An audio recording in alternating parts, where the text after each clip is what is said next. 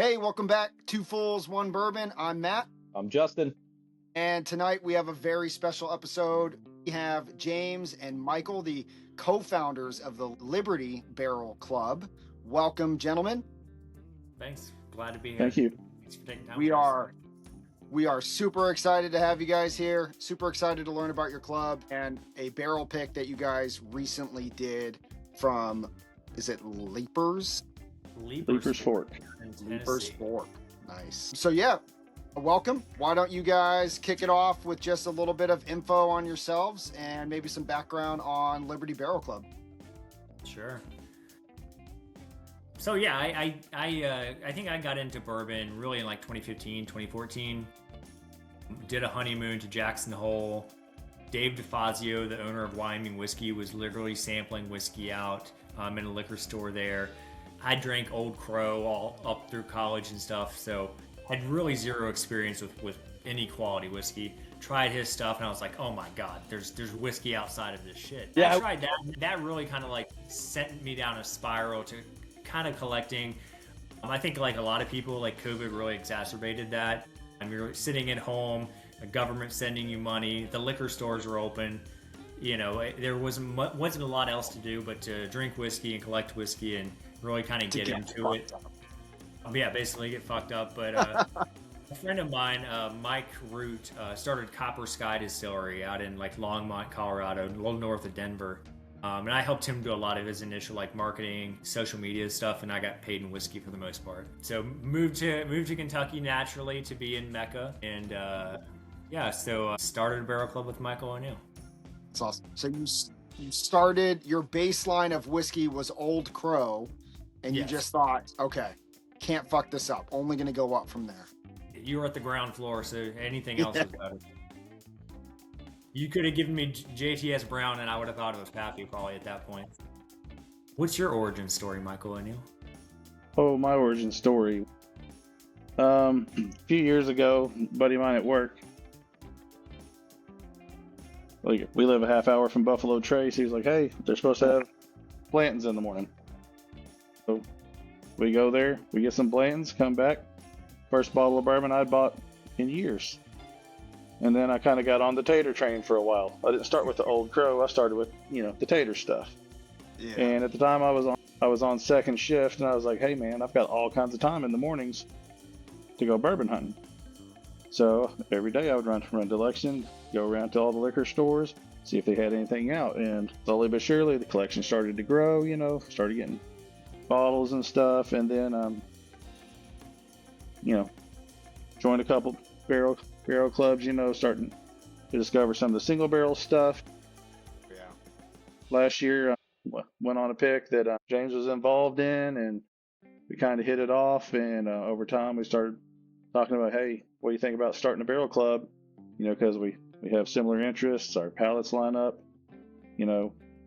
seem to get along. We seem to be pretty good at it. And next thing you know, Liberty Barrel Club became a thing. Yeah, I think like we went to do a pick with a group, Starlight Distillery last year on 4th of July. There's a famous pick on we actually turned it to a tater sticker. I think it was our second pick. It's a picture of me and Michael in like head to toe like USA gear.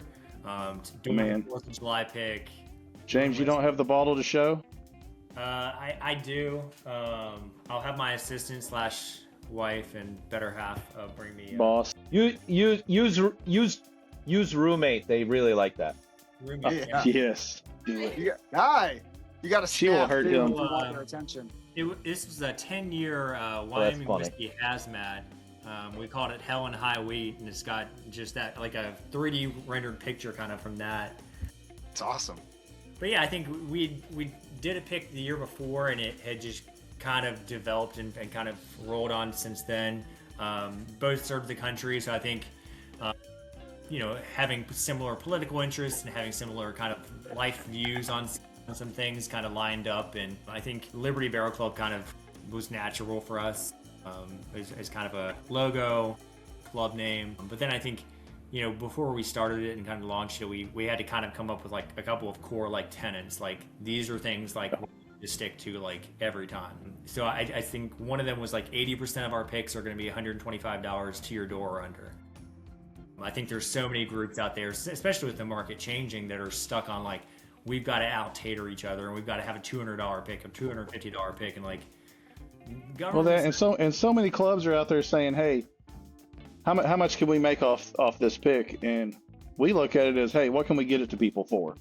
Yeah, right. Like, what's the cheapest cost we can get it to your door and still be able to keep a bottle or two back and drink for free, basically. Yeah, right. And that's the way we look at it. We're not sitting here trying to make money off of people. We're trying to get it to them, get people good juice that they wouldn't be able to find elsewhere. Like we, our latest pick was a Dark Arts 10-year Wild Turkey, and it was so far our most expensive pick, mainly because of like bottle cost and what we got it for as a club. So we were super transparent, like said, here's the price we got it from the NDP from. We're tacking on $20 to ship it to you. Like, that's what we're doing. There's not $5 built in for profit. Really just trying to bring you like great value bangers, craft, things that are kind of a little bit under the radar, which kind of parallels into the Leiper's pick for us. I mean, and like when you look at it, like we recently passed on a barrel, like a pick, with an NDP, and then we saw another group this week basically post a pick of the same juice. And James and I were talking about, like what would the bottle cost to us be and what we were going to put it out at. And this group put it out for, I think, at least $30 more a bottle than what we were going to before we passed on it. So like I said, like we're not out there trying to gouge anyone. We're just sitting there trying to get people good stuff, without losing money. And Want to name drop them? No. Nah. Can you tell us offline so we know who's ripping us off? What does their name rhyme with? We're kidding. I'll tell you guys offline. It's not the aforementioned like Taboo Club, but a different Gotcha. All right. kind of regional club. That's kind of what I was hoping for right there. Some more drama. I mean, although they did just pull some bullshit on a pick, but that's neither here nor there. Yeah. It could be right here though. No, I'm just fine. Yeah. Can we send them a link and bring them in? All I'm saying is don't charge secondary tater prices on a pick. Yeah. And then try to blame the pricing on someone else. Yeah.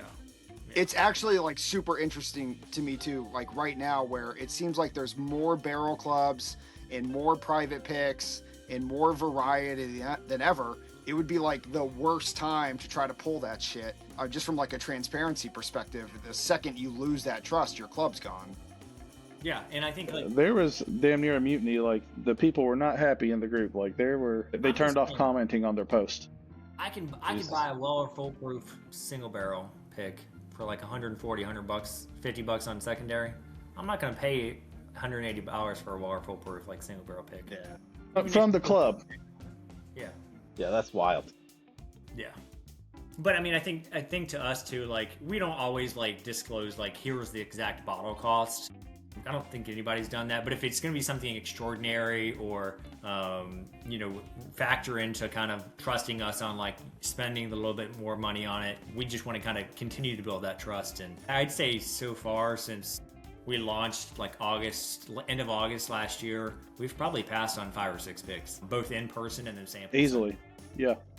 At least 5 or 6, and it's like another one of those like core tenets was like we're not just gonna take shit to take shit. Like we have no agenda of like we've got to have this many picks churning out at a time. If it's not something we would buy ourselves, comfortable somebody paying $120 for, like that's how I think to your point. Like there's so many pick groups out there. Like what's the differentiator? And if you're known for consistently putting out like really value banger kind of things and being able to stand by what's in the bottle, I think you're doing it the right way.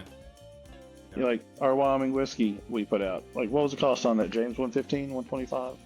125 to your door. 10-year hazmat, their own juice. And same time, another group put out something else that it was also hazmat, and the Wyoming whiskey killed it, and it was nearly twice as much. Blinding stuff against competitors. I want all the drama. Jess, I need a list. I can't get Epstein's list, so let's build this one, and let's call people out. Yeah, this list should be easier. You know, like we're out for the best juice. We're not out for like, the biggest profit. Yeah. Sure. How do you guys do and your picks? Is it normally like the two of you, or do you guys have a crew? And I think that's part of it too. Like Michael and I will always be on a pick unless there's some crazy circumstance where we can't. But if one of us is not able to be on it, we're taking the two best samples and then kind of making that decision later on. But it's for the most part always like myself, my wife, Michael, and then probably 2 or 3 other guys. So we usually have a pretty good consistent like 5, and we'll try to bring in a group member that's never been on a pick for a 6th or 7th. Nice. We had a guy that we did an HK Young toasted weeded pick here, literally in my living room last Saturday. I drove down from Cincinnati, never done a barrel pick before. Actually super prepared, was the best note taker, and like he got all these different things. So I think like, because I'd never been on a barrel pick before, I was a member of a different club, and it's such a cool experience, and it shouldn't just be, for the 5 or 6 people that you are your core of only getting to have that. So I think it's important to us to try to invite people, one, to do either like group hangouts and bottle shares or going on a pick. Yeah, for sure. So I'd say Brandon Shelton, Garrett Hadaway, Jason Greco, Aaron Barbie or Rich Anderson are probably some of our like core 5 or 6 that are able to come on stuff, and then try to bring some randos. Nice. Some of them we take more serious than others. Some of them, they're just along for the ride. Yeah, that's true. One guy can't get his nose out of the glass long enough to drink it. Throwing shade. Yeah, it's definitely he comes from a wine back. We're at like 1925 in the Facebook group. Okay. And just right at like 700 on Instagram. That's awesome. Pretty good for you. We started in August, not too bad. Yeah. Pretty solid so far. Yeah, we've been hustling a little bit. Oh, Do you guys keep keep track of like how active those 1900 members are, or is it sort of the same core of people that are buying?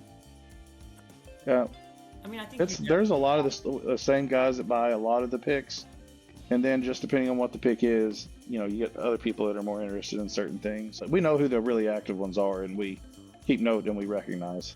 Yeah, like I'd say on any given pick, like 60 to 70% are like consistent buyers that are pretty much going to buy anything you put out. But then what's nice is like having people that are like, hey, I've been in the club for a while.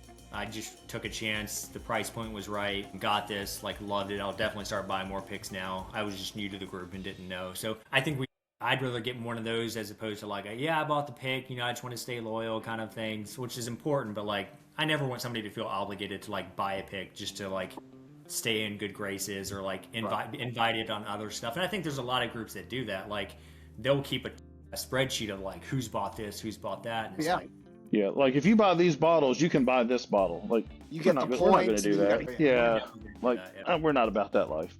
No, I don't care if it's your first pick. Like when we post a form and say it's live, it's open to anybody. So we're never going to be that like exclusionary. But we may be kind of narrow-minded on our beliefs, but like for the group and the bourbon, we're pretty open. We're inclusive. Nice. And more lately, we're having people that finally decide to take a chance and buy a pick, and then all of a sudden they're in the group looking for previous picks because they liked it so much. Yeah, I've seen a lot of that. The FOMO is real. Yeah, I've seen a lot of that just looking around in the Facebook.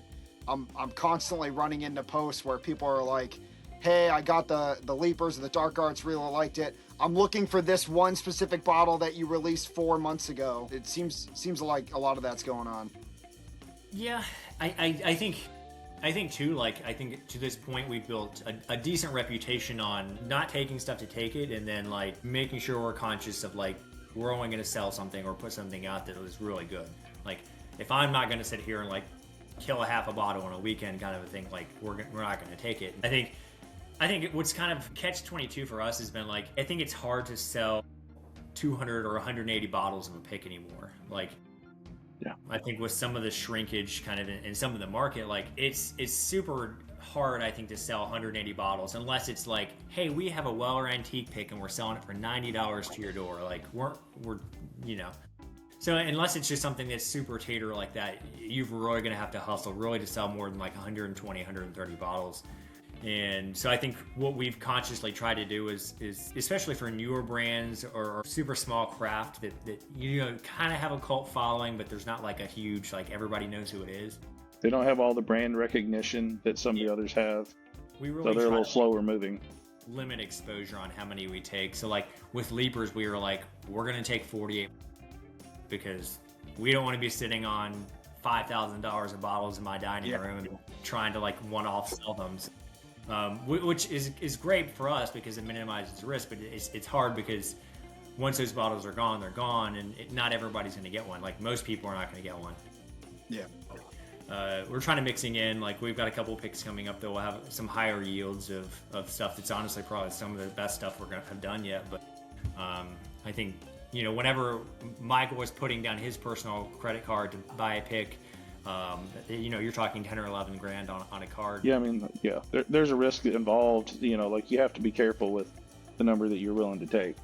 Like I'm going to the store we work with in Lexington tomorrow, and I'm picking up a pick that just came in and using my card to hold it until we push it out to the group and then recoup that fund. So I think we've had one thing that was kind of a slow seller that kind of has its own like cult following now. It was our that people are looking for now. Yeah, all of a sudden everybody's like, yeah, finished rye, and you know I think we only had like 90 of them, but it took us like 2.5 weeks to sell it, which was crazy because now everybody's like, hey, does anybody have an extra one they'd come off of? And I'm like, you guys got to start getting in while it's gone. That we was had the to hustle to K-Luke. move that one. The K-Luke, Yeah. Hey, Luke. Yeah. Interesting. And that thing was ridiculous good. Yeah. Well, Justin, if you don't have anything, I'm interested to get into this. Yeah, absolutely. No, absolutely. Hop in. Yeah, I think so. All right, cool. All right, so this was the first barrel pick that we grabbed. I honestly have never heard of this before I saw it in your group. It actually made me want to buy it a little bit more, just trying to try everything a little bit. So can you guys just give us an introduction on how did you guys run into Leipers? Why did you choose this one? Yeah. Yeah, I mean, I think That is James's goal in life, is to find things that other people don't know. Hell yeah, I think like just from previous group I was in, I probably did like 95% of the outreach as far as like reaching out to distilleries, reaching out to their reps, kind of filtering through like, does it make sense? What's the proof? What's the yield? Bottle cost, all the different stuff, because there's all those different quantifying questions you got to figure out. Like, does it make sense to do a pick there? One, but two, I don't think we're ever gonna, unless somebody wins the Buffalo Trace raffle and is like, hey, I'll run this Weller antique pick through your club, and then that's great. Like, but we're never gonna, I think, seek out like tater stuff like that. Every other group's doing it. And I think there's so many good craft distilleries and NDPs that are sourcing just and blending like excellent stuff that I think my goal was to try to bring as many new things that Michael's never heard of. And he's like, I don't know, do you think we can sell it to the group? And I'm like, it's what's in the glass. Like once we sample it out to a couple of people, like they're like, holy shit. So James reaches out, I gatekeep. Yeah. I like it. So I usually get probably a couple samples a week from different places I've reached out to. And then we kind of sit down, myself, Michael, Heather, and kind of go through it and say, is this something good? One, good enough for us to put out. Two, like, does it make sense for the price point? How many bottles would we have to take on? So I think that's kind of, I'd been following Leipers on Instagram for a while, just it came up in like hey, you should follow these accounts. And it was really kind of interested because they do a lot of their like grain to glass, like kind of like Heaven Hill's grain to glass series. Yeah. Those were really good. Like their rye both years were phenomenal. But the grain to glass kind of got me because, that's craft. Like that's farm to table. That's who they are. They're not huge conglomerate. So got a couple samples from them. We actually rejected the samples. Yeah. Michael and I one of them was okay, but it wasn't. I was the gatekeeper on that night. It was like we weren't proud enough to say like, let's put that out as a pick. So I requested more samples, which is always kind of a crapshoot with distilleries as a whole, because it's like, we already sent you samples. Like there's 2,000 other clubs to get to, so we kind of ran the risk of just getting the brush off with that. But they're nice enough to send us more samples. Really, really enjoyed this one. Sampled it out to a couple other group members that were close by and decided to take it. But yeah, I think it's, for me, I get a ton of like golden raisin just right off the palate for me on it. I mean, I gotta ask only because I'm new to this. What is a golden raisin? I think it's a little bit sweeter. It doesn't have some of that like darker like funk. Green grape. Yeah, basically, yeah. Okay. It almost seems like it has some sort of finished vibe. Is it finished in anything at all? Nope. No. 100% grain to glass, straight bourbon whiskey from them. It's a 70 corn, 15 wheat, 15 barley. So it could be some of that higher wheat to make it a little bit sweeter. Could be. It might be. Because you're not usually seeing wheat. It's usually the corn, barley, and rye. I think having a decent percentage of that in there and maybe attributed to that. Do you guys have a goal on how many barrels you want to try to do a year? Or picks? Picks, I should say. But it's funny you ask. We say 10 to 12, but someone likes to reach out an awful lot. And we get a lot of samples. That's where the gatekeeping comes in also. It's like, hey, we need to hold off on some of these because we're really starting to pound them out, and we're trying to do 10 to 12. And the wives kind of try to hold us to it. Then with distribution and everything, it's really hard because you don't want a long lull, but you don't want a pick coming in 3 weeks in a row. And it's just, the goal is 10 to 12. Yeah, like I think August to December 31st, we did 8 picks. Yeah. Jesus. Yeah, that's what we said. That's busy. I mean, you guys not work? And we all work full-time jobs. We hustle. But no, Yeah, I mean, I think what we've kind of done is kind of make it fun. Like when we get a pick in, we'll invite some of the like guys that go on the usual pick, or maybe somebody new from the club, and be like, hey, come over, help us box for a couple hours. We'll have pizza, we'll have like an appetizer, we'll sip the whole time, hang out, kind of have like a boxing party, because boxing up 120 bottles with 2 or 3 people sucks. It's a lot of work, but with 5 or 6 people, you can really churn them out. I'd say boxing is probably the most tedious, least look forward to part of the whole gig. Right. It is, but it isn't, because we all get to hang out and drink and eat and just, shoot the shit. So it's fun too until James's wife yells at us and tells us to get back to work. That's true. We recently installed some lights in the front of my front yard, because there had been some like trip and fall accidents coming out of the house at the end of the night. They had a tripwire up.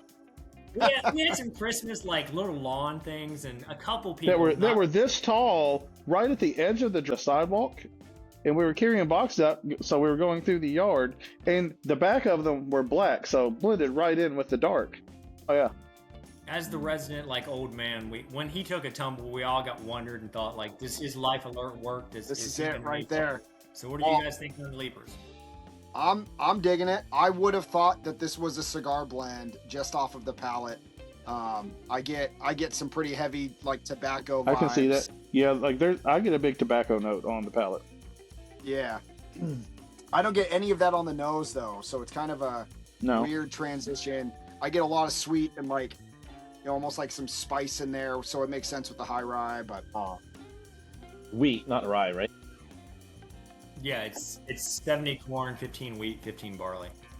Right. Well, and the color on it's just very dark. Dark, yeah. It's dark. Beautiful. Yeah. It's dark for not even 9 years. 8 years, for 8 years, 7 months, she is a dark gal. Yeah. Yeah, I think I had a sample of this the other day, right? I mean, I poured a sample just now, but Matt, I poured one at the house. When I was pouring the sample, I poured myself a sample. You fucking cheater. Yeah, and I remember it being. Gee, who does that sound like? James. Funkiness. I'll get samples in, and I'm like, fuck, I can't wait till Michael gets here, because he lives like 45 minutes away. So I'm like, and I get there and they're already dipped into it. And I'm like, son of a bitch. I'm gonna sneak into this and see if he notices, and see if I can taste this early. So then I just send him like really hateful texts for a minute. Perfect. We're kind of like an old married couple. We definitely have those moments. No. No, I think I piss Matt off like every third day via text. Like, what the fuck are you talking third about? Day, every single day. I fucking hate texting people. I fucking hate text communication, man. It carries over to my wife too. Like, I'll text Justin and I'll get real fired up, and then my wife will just be like, "How's your day going?" I'm like, "I'm gonna fucking smash my phone if you text me one more time." True. It's true. Displaced rage. It's like Am I the only 110. one that thinks it 117, right? Yeah, That's what I wrote down. 118. Yeah. The barrel entry is 110, and it came out to almost 118. The entry proof is 110. Yeah. Okay. Like, there's so many NDPs and distilleries out there, and it's just trying to find the little like diamonds in the rough that are The little producing pockets. just great shit. Yeah. Yeah, it's super funny that you say that. So Matt and I are members of a bottle club here in Portland, Maine. And so you pay them a monthly fee and you got a locker and you can put bottles in it. So you pay to go there to drink your own booze. But it's about the experience. It's a super cool place. You get to network with a lot of people and you bottle share all over. And we'll bring all kinds of stuff because everybody is just hitting the big names, bringing in a Weller or a Stag or Blanton's Gold. Right. You know, a lot of that typical. Then you bring in a bottle no one's heard of and it kills it all. Yeah. And they're like, what? Yeah, exactly. We bring in River Roots or Subtle Spirits or something like that. And they're like, what is this? I've never seen it, never heard it. And holy crap, is it good? Yeah. It's so And then fun. you just feel like the man the rest of the night. It's like, I did Hell those people yeah. a favor. Exactly. They're like, sorry, you guys' pallets are trash. Like, I brought the unknown. We tell them it's a unicorn, and then we trade them for their GTS that they no longer want. And it's like, hey, everybody's winning. See, There you go. we've got this guy that likes to come over, and he'll bring 3 or 4 bottles of just usually absolute trash. Like, He- he brings bottles. He's like, you guys can take it, or I'll leave it over here for you. Like, it's kind of like you had too many puppies and you just leave one at the train station, or like Yeah. at a firehouse or something. And it's like he does that with his bottles. Yeah. His Yeah, name is I feel Brandon. like we're at the same point. Justin's got a Tupperware in his living room of bottles that he's just like, I don't fucking want these, and they gotta go somewhere. That's what this guy does. He brings them to a bottle share, just hoping somebody's going to like, man, this is all right. Because then he's going to be like, I'm so generous. You can have it.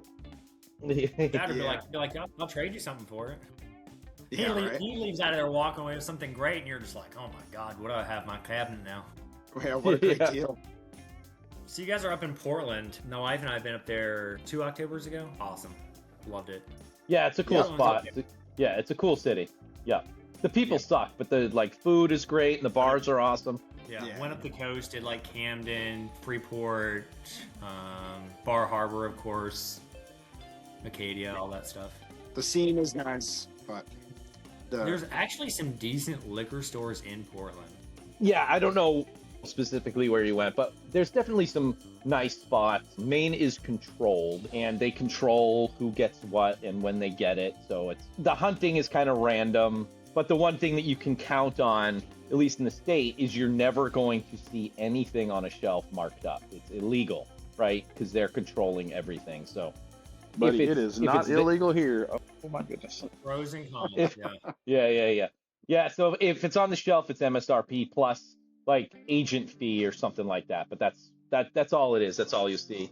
And then bordering state New Hampshire, very controlled as well, and they control their drops very heavily. And then you hit Massachusetts, and it is no holds barred. You'll go into a shop, and there'll be just a regular Stag for $300 or $360, and you go to another store and it's $130, and it's all over the place. And then they'll have stores that are basically MSRP, so it's a full wide range. You never know what you're gonna get. You got to hit a ton of different places, That's Right. insane. but you'll see everything. I mean, there'll be this Pappy 23 everywhere. You can go into every third store and see it on a shelf. If you want to drop $2,000, you got it. Right. Yeah. Yeah, it's crazy because in Maine you'll see nothing.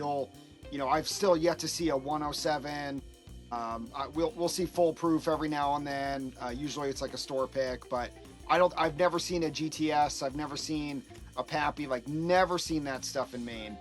You go to Massachusetts and it's the dustiest bottle possible for $1,200 or something crazy. And what's even crazier is they'll sell it like it's marked up, but somebody will come in and they'll buy it. So yeah, it's a pain in the ass. Dude, imagine being here and you get people that come for the Bourbon Trail. Like they prey on tourists like no other here. Yeah. Because they know that someone's going to come in from out of state and they're going to be like, oh my God, I've never seen that in a store, and they will pay whatever to get it. Not only have I never seen it, but I bought it in Kentucky. Man. Yeah. Right. When I lived in Colorado and came a couple times, did the Bourbon Trail, I never went like crazy over like MSRP on stuff, but I definitely paid a little more than I should have on stuff just because I couldn't get it in Colorado. Colorado gets a pretty solid allocation though. So yeah, you guys everybody thinks this is the easiest place to find stuff, and like our allocations around here are horrible for the most part. Everybody works, so it's like sprinting. People are sprinting into Total Wine or Liquor Barn, and it's gone in 5 minutes. So what's next? What are you guys sampling next? Are you allowed to say? You're trying to keep it under wraps? What's going on? We have a trip this weekend. We do have a trip this weekend. We are going to be in the People's Republic of Washington, D.C. Oh. We're doing a Dream Spirits pick with Prop Schwab, and then we're going to Reveries with Jay West. Hell Sold. yeah. Can I just buy them now, or is that okay? Or We I got accept points. Blood, plasma, semen. What did he say? Children. We'll just send them to that island. Yeah. I got Matt, all of those things. You have no semen left. Well, Neither does Michael. no, the snip doesn't prevent it. It just means it's a blank. That still Right. works. Right. You Right, just when shoot it's it into your. advertising. You just shoot it into yourself. That's all. Not gay at all. Yeah, it's Yeah, like a yeah. cap. You're just kind of shooting. It's just another form of self-love. It's all good. Yeah, self-love. Dude, you put it in a cup, it sells the same. All right, it sells the same. We've just kind of hit into Dream Spirits, and we've grabbed a few picks from other clubs, and I grabbed a store pick from somewhere, and they've been killing it. They're doing some great stuff. Super excited about it. Oh, I yeah. love their bottle. I love the cap, the cork, the glass cork. Love it. He said he's never had one leak in transit. Yeah, I think too. It's kind of like this story, like Prav's story, like coming here as an immigrant legally. Oh, that's the best part of the pick. His father starting a liquor store in DC, him kind of taking it over and creating this NDP called Dream Spirits because he got to live the American dream, came here the right way. His family's flourished through busting their ass. Every time you want to pick with him, he'll start like giving like a 15-minute spiel about like his family's history, why he started Dream, and all that different kinds of stuff. One of the coolest things that I think he was the first person to really do this is like he owns like a 5 or 6 bedroom, like very newly renovated, all the like bells and whistles farmhouse in Leesburg, so like 40 minutes outside of DC. And then he built a rick house 50 yards away from that farmhouse where he keeps. You walk across the yard and you're in the rick house. That's awesome. And if you go there to DC to do a pick with him, he's like, I don't want you to have to worry about where you're staying, all that stuff. Stay at the farmhouse for free. Just do the pick the next day. You stay the weekend. There's a sauna, there's a hot tub, there's fire pits, there's green eggs. It's like a whole experience. Yeah, it's Jesus. a whole Oh, thing. dude, it's nice. That's amazing. Yeah. And it's just Yeah, outside I've of heard. Leesburg, Virginia, which is a great little town. Yeah, Leesburg has a super nice downtown. I know the girls are all excited about like the shops downtown and the farmers market and stuff. But yeah, it was super cool. We did a pick back there in October. We did an 8-year Double Oaked Heaven Hill, and then we did a 11-year Booker's that's probably coming like first weekish of April. The extra 4 years make all the difference on Booker's. The 7-year stuff. Oh they my put out gosh. is mid. It's overpriced. But that extra couple years, like. Before the pick, we saw a list of what he had, and we're like, yeah, the Booker's is going to be a pass. I'm like, I had already said that. We get in there, and Prob's like, you should try the Booker's. So we're like, all right. And we go and try it. We're like, oh my God, dude. Yeah. Fuck Like, this. we were so stuck on that and the Double Oaked Heaven Hill, we just took both. It was that So if I good. Venmo you right now, does that like lock us in, or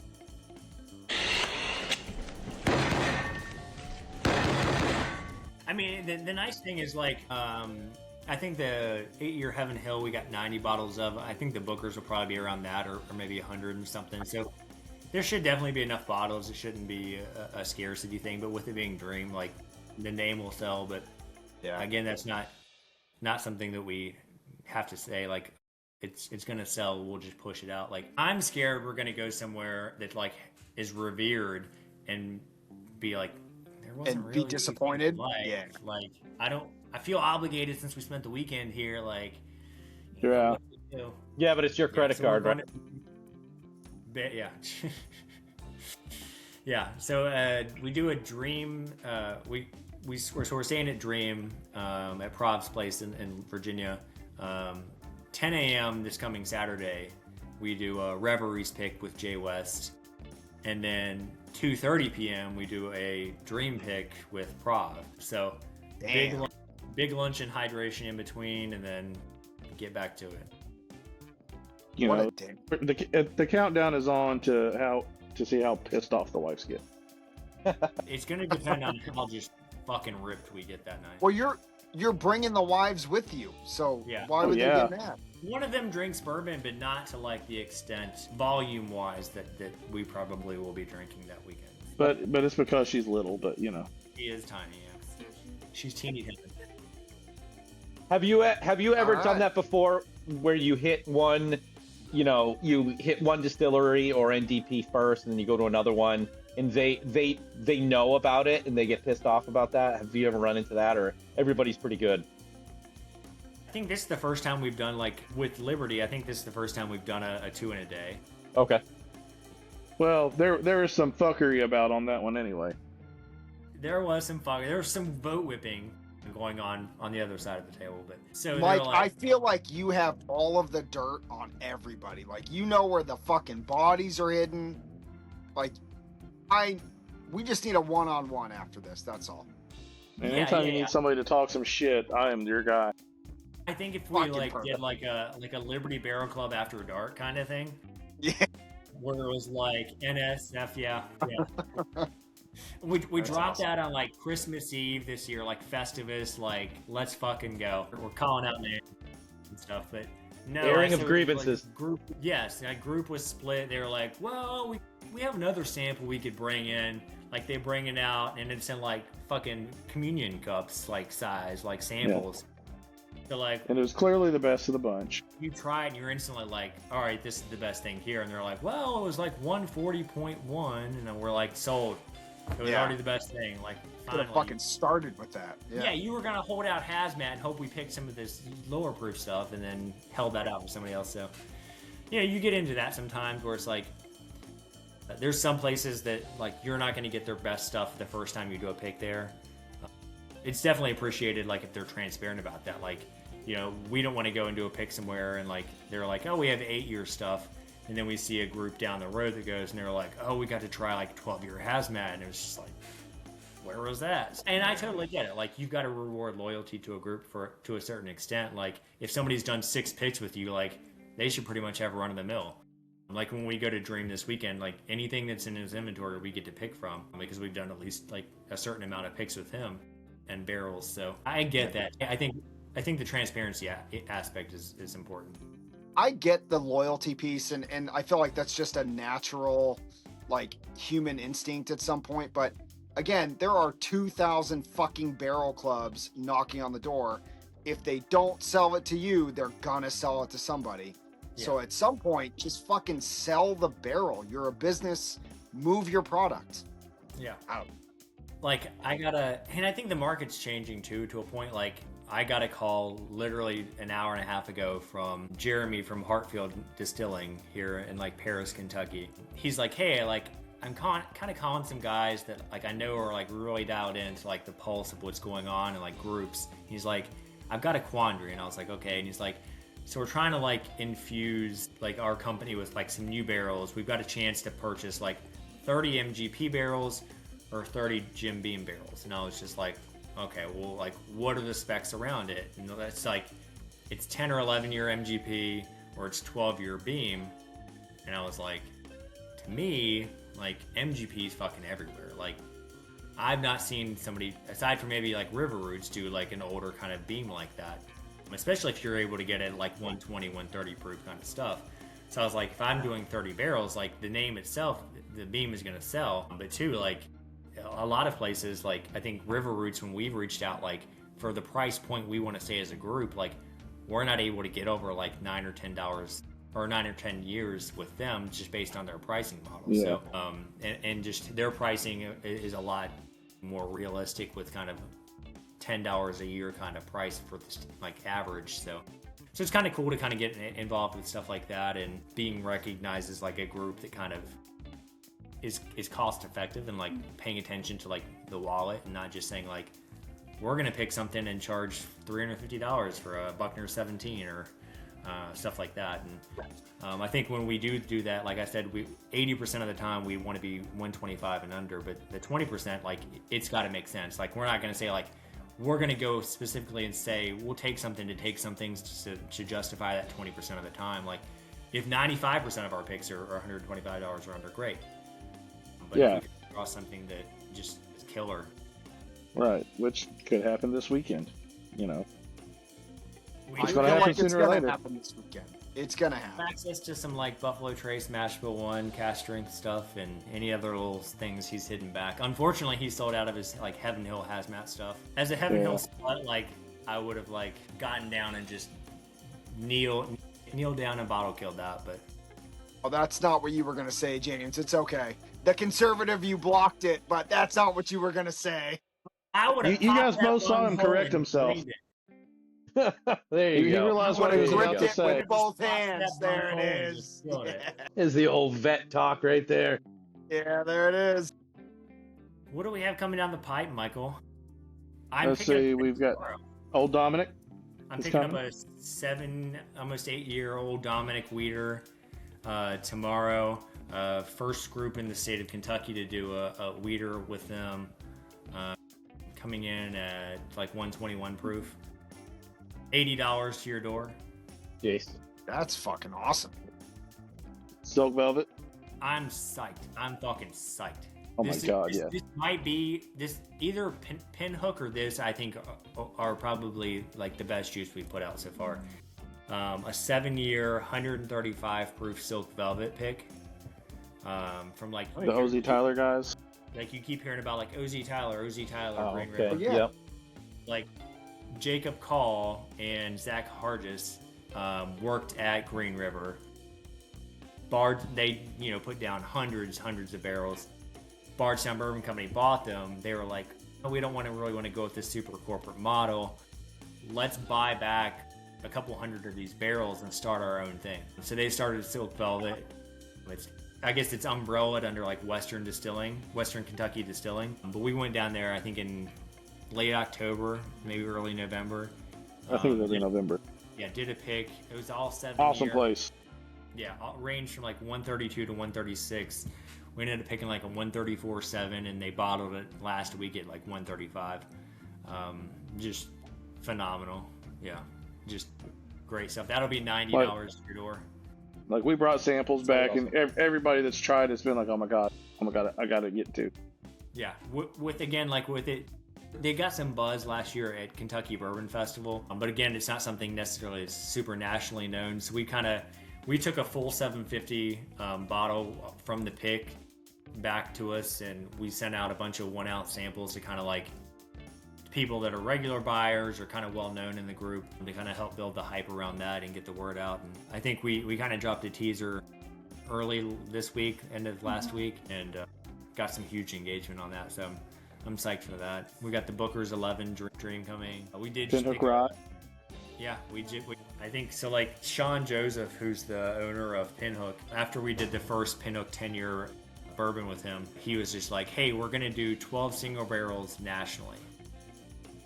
That includes stores, includes groups of our like 10-year rye. 12? Yeah, 12. And he was like, would you guys want one? And I was just like, well, you got to send us some samples. So he sent us some samples, and we had a couple of the guys and tried it and picked one. That should be I think that's our first straight rye that the club's done. And it also kind of gets us into, now that we've done a bourbon and rye, the 10-year point now we have access to doing years 11 through 16 of their vertical series. So their vertical cool. series, yeah. So they bought several hundred bottles or barrels back in like 2014, with the idea of like blending and releasing every year, like four through 16, just some of the best stuff that was available and ready at that year point. So it called it kind of like their vertical series. So we're on year 10 now. So us now having done a bourbon and rye with them, we're locked into getting access through up like year 16 with them. We did a HK Young toasted weeded pick last Saturday here. I'd say HK Young is probably doing the best or top 2 toasted out there. I think K. Luke does a great toasted bourbon as well, but picked a really. This is a toasted weeded. Yeah, toasted weeded 7.5 year with. Yeah. Sold. Okay. Money. Take it. Don't need it. Don't want it. You can have my kids. They don't do tours yet, but they're like this close. My kids are never going to eat a normal dinner ever again. We're trying to get the word out there for some of these other smaller companies that we're putting out really good stuff. Yeah, that's cool. awesome. What's exciting and as part of that is like, I think for a lot of these smaller ones, when they're sending you samples, like they're sending you the best stuff that they have, because I think we definitely mention, like when I'm reaching out and requesting samples, like we ship to almost all 50 states. Like we've got members in almost every state in the country. Like you may have a small cult following in Louisiana with your stuff, but like we have a chance to help put those bottles in like every state across this country to people. So a lot of times when we're getting samples, like if you work it and you talk to them, I think a lot of times you're getting some of the best stuff that they have, because not a lot of people are flying or driving to Louisiana to do a pick of somebody that they've never heard of. We're willing to take a sample of from anybody, and like if it's great, like we'll find a way to make it work, I think. Yeah, and to be very clear, you're shipping olive oil all across the 50 states. And hot sauce. A hot sauce and olive oil. Yeah. So when you Venmo us, it's LBC hot sauce 1. No, it's period. I've been beaten down so many times for that. Like, God dang. Well, that and like you've got to play the whole UPS game right too. I think like when we're boxing here, like you can't just go and be like, here's 75 boxes, man. Like all of mineral water. Everybody that shows up for the boxing party gets to leave with a carload of boxes to drop off. Carload of boxes and load it up, hopefully with somebody to drive them home. Yeah. Or we've had people spend the night. You know, there was this one guy. Oh. Safety first. There's another. Fuck, we're just throwing his name out there. We'll cut it out. That's all right. Nobody knows that. He'll never watch this. He doesn't have time for such things. Well, I mean, how often do you guys get to see someone pass out by the fire pit? In Maine? What time of year are we talking? 2 months out of the year. So, shit. Do you guys frequently get to go on picks or do things like that? No, we have, to date, we have not. So, we started the channel pretty heavy early last year.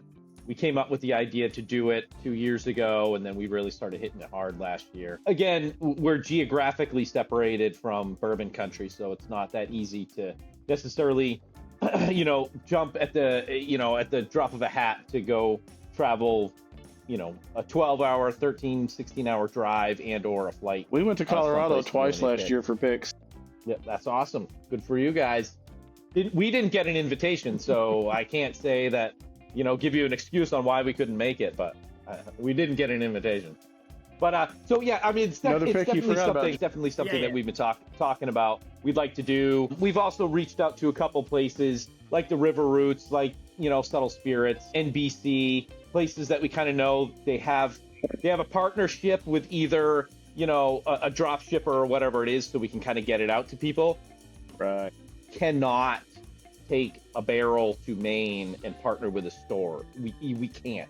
It just, there's no way it happens. Oh, yeah. Like, even if we partner with a store that has, licensure, if that specific distributor isn't already authorized to be in Maine, we can't get it. So it can't come here. So we're super limited to do anything local. Our bottle club, the dude that owns the Bottle Club also works at a big liquor store here in the state of Maine, and they do picks, but it's kind of, I think you guys made somewhat of a mention to it, but it's like, hey, Weller Foolproof, Maine gets 3 barrels. You're getting 1. Oh, okay, cool. Do I get to sample? No, you're getting 1 barrel, and it just shows up. So then they put a sticker on it and say it's a store pick, but it's not really a pick. You know what I mean? You didn't really get to choose between a bunch of different samples. So we're super limited in that way. So the only way that we're really going to be able to do something that we want, certainly put our name on, it's going to have to be something that's shipped from out of state. Yeah, we've had a couple of invites to like go do picks with other clubs. You know, I know for me, like, I don't feel like my palate is as developed or as consistent as like I want it to be able to like put our name on something and say, you know, hey, you should buy this. So we're probably, like, I know, again, I think I'm probably being more risk adverse than I should be. We probably should just go try something, like it, put it out, kind of see how it goes. But I really want to make sure that like my palate is good and that the product that I'm putting out is something that I can, you know, put my name on. So. Oh, 100%. Like, I wish more groups took that focus. Like, I think most of the groups out there, I think, take stuff to take it because they're afraid of like hurting feelings and rejecting a sample or rejecting a pick. Or some of them just have trash palettes. That's fair. No, a couple of those groups we'll do the Liberty After Dark and. Like, a couple comes right to the top of my head. I was gonna ask, you're from Colorado. Have you guys done a pick with Onyx and Amber yet? Yeah, that was our first pick. Okay. That's where we were in December doing a pick. Gotcha. Yeah, I love what they're doing. Is that what is it? We did a 20-year American Light Whiskey. ALW, yeah. 10 of the years were finished in a full Roses barrel. Oh, yeah? You got one of those, too. That thing is insane.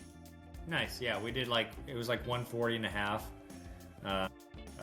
Again, took a super low yield on it to kind of build like hype and like exclusivity. And again, I wish we'd taken 150 of them now that like people know what it was and how good it was. But we were a brand new club and we didn't have the numbers yet.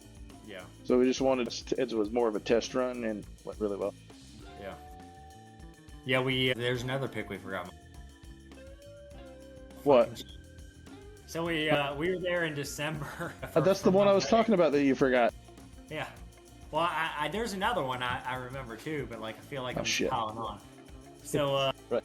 So we were there in December for mine and Heather's wedding, and we picked an 8-year Willet that is finished in Cabernet from Onyx and Amber. Interesting. Okay. Oh man. It's good. That'll probably be like a May, June. No kidding. We should drop it on Mother's. Yeah, I'm not a huge fan of the wine finishes, but damn. You know what? Neither was I. Yeah. Michael loves a fucking Madeira. The whole time he was like, yeah, he's got some of this. And I was like, I don't know. Then the day after the wedding, we went to there and I tried it and I was like, well, shit. Because it's really good. I'd say like if Michael was on death row, he'd want a Madeira finish. No. God, no. See, he tried to sucker me into Madeira before. And he gave me some of the K-Look samples that we had because they were different finishes. I guess he's thinking I'm not going to know which is which, and you know, I guess he was secretly hoping that I was going to pick the Madeira. And I'm going through them. As soon as I get to the Madeira, this is a Madeira. Done. Don't love it. Like I said, he reaches out a little too much at times. We're going to have our 12 picks by June. Well, you certainly get that FOMO, right? You get samples and you start tasting them like, yeah, you gotta have it. Yeah, you gotta get it. I'm like, fuck, man, this is phenomenal. Like, if we pass now, they're probably gonna send us shit later. Like, well, let's just take it. Before one of those other groups lucks into it. Yeah. Right. Basically. Exactly. I've definitely seen a lot of the clubs where it's like, oh, you know, we'll get that, you know, 21 year ALW from Onyx and Amber, like sick.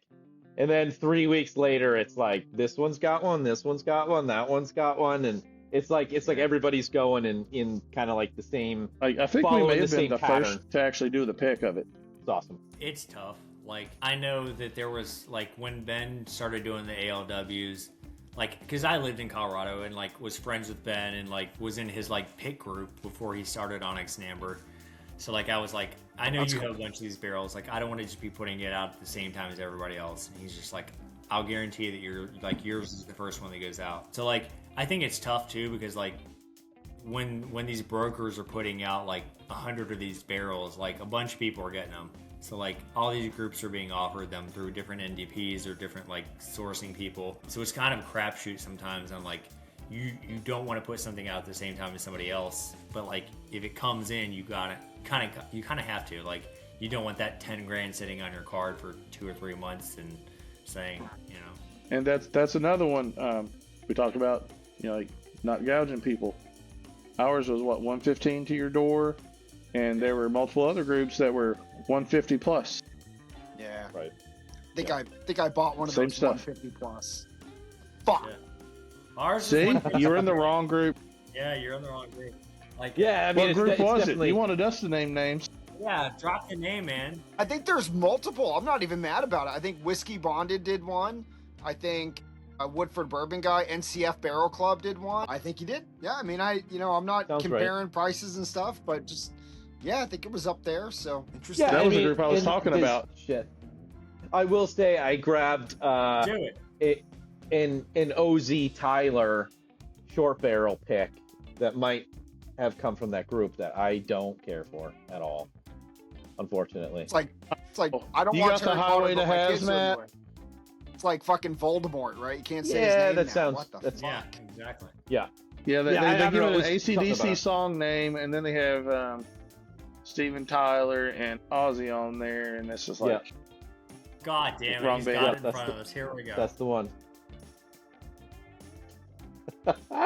I will say, I personally, I like our interaction.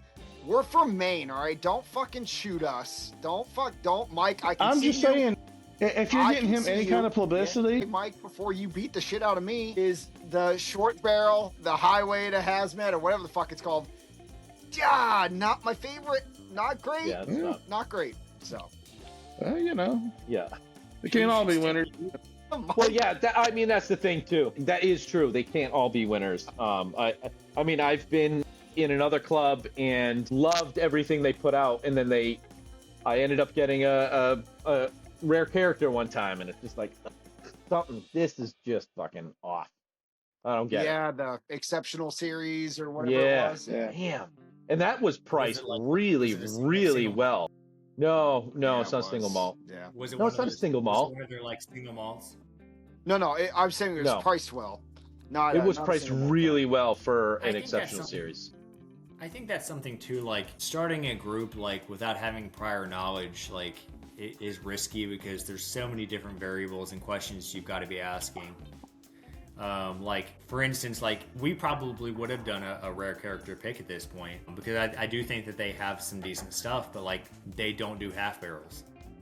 So, like, you know, you're looking at probably 150, 60 bottles coming out of the gate. So it's like, there's definitely things out there that we would have wanted to do, but it's kind of like, especially on the craft side, like, we're not going to take on 180 to 200 bottles. Like, Michael and I got a sample from Cedar Ridge out of Iowa that was, like, Oh my God. honestly phenomenal. Like, 9.5 out of 10. Like, it was fire. And I pleaded all day with, like, they're directly with their owner emailing back and forth, like, please let us do a half barrel. And he's like, we only do full barrels right now. The yield's probably 180 to 200 bottles. And I was like, ugh. Like, Cedar Ridge, I think is kind of getting known, but it's just not enough where I'm like, that's 14 grand on a card sitting there, and, like, you're taking a big risk. Think about all the Yep. points, though. You got to do it. You No. gotta do it. Oh, buddy, I'm all about the points. I mean, we actually have people in our group reaching out, being like, "Hey, if you ever need me to put a card down, like, if you ever need me to, like, front the money on something, like, I'll do it. I love the points." And I'm like, I'm not getting into, like, There you No. go, right there. Now you have an Easy. IPO. You have an investors. You're done. And that's the barrel that doesn't sell quickly, and then they're like, hey, man, I got a payment due. Yeah, hey Sucks to man, you suck. shouldn't have put your card down. Enjoyed the points. If we ever Yeah, have I feel a whole lot something- safe with James and I taking all the risks. Yeah, if No, we have that's something fair. coming up That's we're kind of nervous about, I'll be like, hey, buddy, remember that time you said you put your card down? Like, we can use you right now. He's gonna say, "Remember that time you didn't take me to Dream Spirit?" Yeah. That's fair. we know who we're talking about, Mike. That's awesome. Man, you Well, guys are this has there's been fun. so much right here. There's so much. Yeah, I feel like we could do a whole nother episode with just all the Kentucky drama. It's great. I love it. It is. We live for it. I mean, I think when you just have this many people that are, whether it's misplaced or it's justified, like they're interested and passionate about something, I think there's bound to be like headbutting and different things like that. And there's definitely different philosophies on how to run pit clubs and do things. And I think at the end of the day, like, we're doing this as a hobby. Like, we're not getting rich off this. We work full-time jobs, and we're busting our ass on the weekends boxing up boxes and getting stuff out. It's more definitely for getting the opportunity to do the picks and going on stuff and like getting free bottles out of it. Really, We're doing this because we enjoy it. We're not doing this because we're going to get rich doing it. That's never going to happen with our model. Right. Yep. Hey, who else do you guys have coming up? Do you want to say? We've done a couple episodes with your boy. I don't want to say his name anymore. With God. my boy. Yeah, we've done one episode. Well, but we have one with another one him, on the horizon, right? Yeah.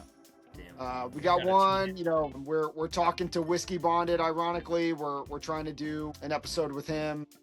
We got one with Rock's Bourbon Review, trying to work that one to look at the ALW Onyx and Amber that he picked. I feel like I'm missing a couple. There's some. Well, we some ran them. more. I don't know if you guys have, did any research on us or looked at any of the things that we put out, but we did the Flaviar Advent Calendar this year. Or for 2025. I don't know if you saw any of those little shorts that we did. Anyway, we destroyed it. It just ripped it apart. It actually got annoying that it was just so much garbage that was in there. But we did what It was, was so bad. day 11. It was Eden Mill. It was a Scotch out of St. Andrews, Scotland, and they loved it. They reached out. They sent us samples, and we just did an interview with them. We did an interview with their brand ambassador here in the States. He was in California, and then like their home office, St. Andrews brand ambassador. He was in Scotland, so it was super cool to talk to them. I completely fucked up the AV. And all we got was audio, no video, but whatever, it'll be okay. But yeah, and I don't know what else. I don't know what else specifically we have coming up. Of course, we do our own thing here and there, but we're always looking for collaborations with folks to talk to people, and it's been super fun. It's been a great time. I mean, what did we plan today? A half hour, and it's been an hour and a half. So it's like once we get going, it's just Sounds like a good one. It just keep going. Yeah, I think like Michael knows I enjoy a good cask strength single malt Scotch, and I keep trying to like trick him and get him into liking something, but it's just like. And then I instantly, as soon as I smell it, I'm like, thanks, because I know it's about to taste like shit. But Yeah, I will not sit here and try to like plug Eden Mill, but we had a single malt blend that they did in the Flaviar calendar. It was okay. Like, we're not single malt, we're not Scotch guys by any means, but they sent us a couple, their sherry cask and their bourbon cask single malts, which were, the sherry cask was, I'm gonna say, it was good. Like, It was. not like I enjoyed it. I think I'd buy it. I think I'd sip on it. And then they mentioned some cask strength offerings that they had that we're trying to get our hands on, because I bet they're gonna be pretty fucking good. So. Yeah, I'm bringing you an awesome. American single malt to try this weekend, James. You've already tried it, but I'm going to bring it anyway. Is it that high proof Stranahan's? Fuck yeah, nice. Stranahan's. What do you think about Stranahan's, Matthew? I have not been able to get into it. I don't know. A lot of their traditional stuff's not great. Like, once they get into the high proofs on single malt, like I think like single malt is best at like higher proofs cask strength because it brings. Yeah. I have a 136.7 proof here. It's It hits different at that proof. yeah. Okay. Hey, I'll have to give it a shot. Yeah. Have to keep an eye out for Got it. a lot of like fruit for it for sure. Yeah, I feel like I have that yellow label, but I don't remember it being 136. And then I got was it the Black Diamond or something like that, which is the tequila cask finish. Which for a tequila cask finish, I have a few in the inventory, and that's my favorite. But it's not my favorite. But out of those, it's my favorite. They all suck. All of the tequila finish suck. Talk about Booker's the reserves. Oh my God! Why? I've heard about You put out this. something amazing, and then you say, "Let's finish it in tequila Brandy? the next year." No, wasn't that like, the apple brandy one? No, so That was- No, 2024 that's Booker's this coming was- year. It's a Booker's Rye that's finished in like apple brandy or something Yeah, Okay. wild Okay. stuff. I'll Yeah, try yeah. that, but like the first year was just straight like 2024 greatness, best thing. Oh, it was so good. Until we put out our 11, of course, and then 2025 was a tequila finish. I'm curious about the rye and the brandy though. It's gonna be trash. Yep. I'm- Yep. You're right. I don't know if you guys have Absolutely. noticed, I'm a very opinionated person, and I don't care to share it. Yeah, I love it. I love it. Yeah, we're here for it for sure. That's awesome. I could never be a politician. I don't know. Do you see? Yeah, we have one of those politicians at the highest level right now. Well, yeah, but I'm not rich. The question is, are you happy we bombed Iran, Shane? Well, the short answer Well, is thanks for joining He's a Two political Fools, One science major, Bourbon. so- Please follow us on what. Man, I can't wait until this episode gets posted. Wow. it's gonna be It's going to be fire. amazing. It's gonna be Hey, fire. if we got you guys any views at all, we're happy. Yeah. Views, if my boss views this, I am fucking. Oh, well, you know. That's all right. I'll edit Well, it that, to be well. be sure to put the disclaimer up front. The views My shared by opinion. guests are their opinion and their opinion only. They do not represent. That's right. No, it's all good. It's all good. This has been a lot of fun. It has been fun. Wait, when Appreciate does it, guys. when does Voldemort come on next? I don't think we've planned it yet. We'll have to So try if you this say something softer. mean to me, I'm just going to say something more mean back. I'm not going to be like, somebody get him out. This is just where I escalate the situation. This is fun. This is a challenge. It's like, oh, we're doing this, and I'm Yeah, here for right. it. Oh, I didn't know it was that kind of tempo. All right, let's go. Right. Yeah, there might have been one of those comments on the Two Fools channel that went a little far. Like, James, can you get him out of here, please? Yeah. I don't Well, have if you would admin just not privileges. if you would just not be a stupid teenager, we wouldn't even be in this situation. Yep. No, Thanks a lot, James. I know. Fuck, I'm just a cuckold.